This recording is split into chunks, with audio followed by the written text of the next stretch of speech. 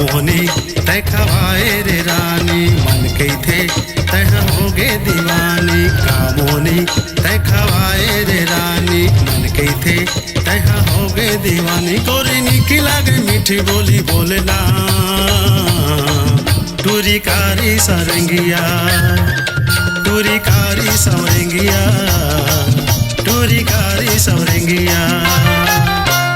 का जादू तय करे हंस बताना, मर जाऊं तुर मया मा दीवाना। का जादू तय करे हंस बताना, मर जाऊं तुर मया मा दीवाना। मैं हानिक लागे हिली झुली रेंगरा,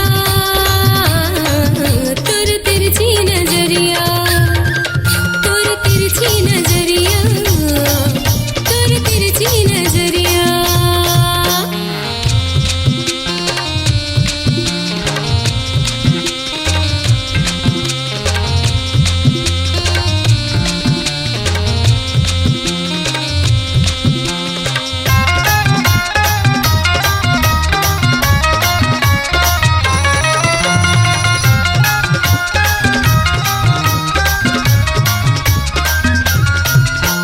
नदिया के पार गोरिया माँ के छाँव माँ, आहू कहे मीठे लबरी। आगे बताऊं मैं हमर मन के बात ला, होगे हो तुरबर में पगली।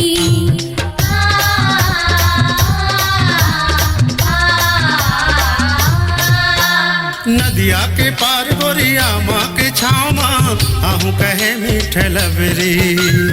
आगे बताऊं मैं हमर मन के बात ला, होगे हो तुरबर में पगली।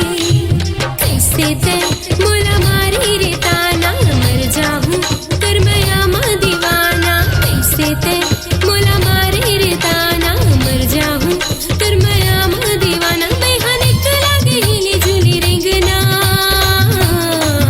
तुर तिरछी नजरिया, तुर तिरछी नजरिया, तुर तिरछी नजरिया।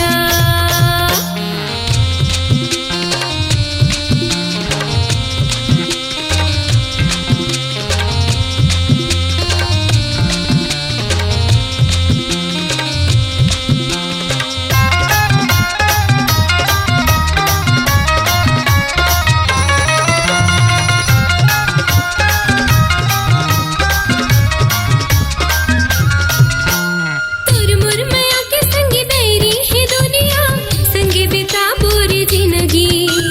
रंग जाबो दोनों संग माया के रंग माँ, पीरित के लहरा में सजनी।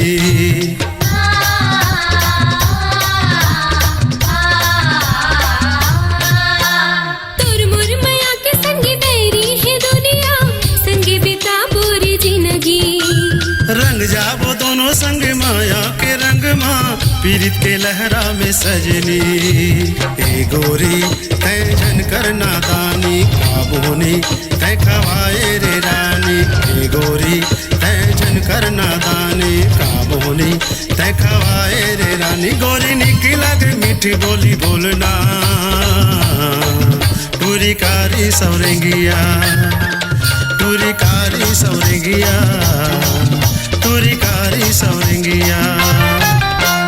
का जादू तय करे हंस बताना, मर जाऊं तुर मया मा दीवाना। का जादू तय करे हंस बताना, मर जाऊं तुर मया मा दीवाना। मैं हानिक लागे हिली झुली रेंगना, तुर तिरछी नजरिया, तुर तिरछी नजरिया, तुर तिरछी नजरिया। टूरी कारी सवरंगिया, टूरी कारी सवरंगिया। तुर तिरछी नजरिया, तुर तिरछी नजरिया, टूरी कारी सवरंगिया, तुर तिरछी नजरिया।